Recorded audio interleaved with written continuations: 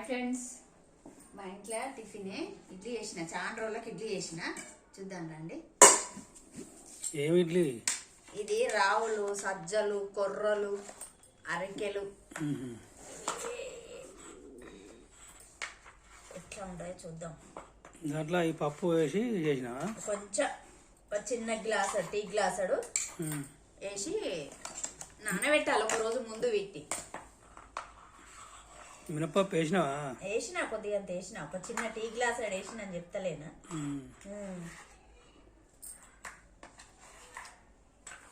వేడి వేడి ఇడ్లీ.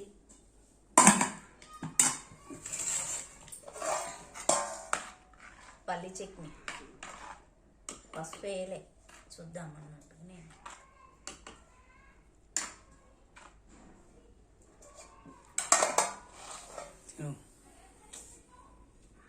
మా వీడియో నచ్చంటే లైక్ చేయండి, సపోర్ట్ చేయండి ప్లీజ్. మీరు కూడా ట్రై చేయండి.